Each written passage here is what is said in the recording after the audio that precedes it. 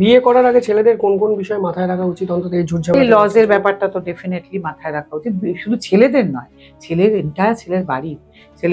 ছেলের মাকে জানতে হবে যে কি কি হতে পারে, কারণ ওনার উপরেও তো যে কোনো কিছু হতে পারে, ছেলের দিদিদের জানতে হতে পারে, সবাইকে, মানে এন্টায়ার পুরুষ মানুষের বাড়ির জেনে রাখা উচিত যে ভাই বউ ভালো হলে ভালো, বউ খারাপ হলে কিন্তু এগুলো এগুলো আমাদের উপর হতে পারে।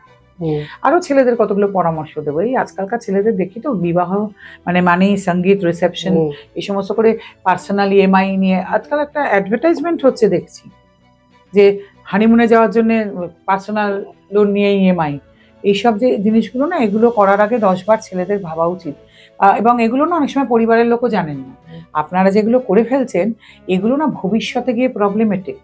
আপনি হয়তো অনেকগুলো টাকা ইএমআই নিয়েছেন বিয়ে করার জন্য, কারণ আপনি লোক দেখাচ্ছেন, কলিগদের দেখাচ্ছেন, ভাইদের দেখাচ্ছেন, বন্ধুদের দেখাচ্ছেন, দেখ আমি কিরকম ল্যাভিশলি বিয়ে করছি, প্রচুর টাকা ইএমআই করে ফেলেছেন, তারপরে কোনো কারণে আপনার বিয়েটা 6 মাসও টিকলো না, যেটা আজকাল আকছার হচ্ছে। এরপরে সেই করতে করতে বউ গিয়ে মেনটেনেন্সের মামলা করলো, এখন আপনি তো তখন দেখাতে চাইছেন কোর্টে যে স্যার আমার তো কোনো রোজগার নেই, এত ইএমআই। বউ তখন বলছে কেন স্যার, ও তো আমাকে সুইজারল্যান্ডে হানিমুনে নিয়ে গেছিল।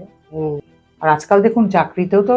হায়ার অ্যান্ড ফায়ার সিস্টেম, কোনো চাকরিরও কোনো স্থিরতা নেই, এর মাঝে যদি চাকরিটি চলে যায়, বুঝতে পারছেন তো, তখন এই জন্য কি হচ্ছে, পুরুষ মানুষের ক্রমশ সুইসাইড রেটও বাড়ছে, তখন তো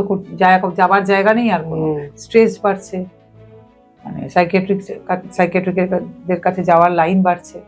তো কাজী না খুব বুঝে শুনে, জীবনটা না ছেলে খেলা না,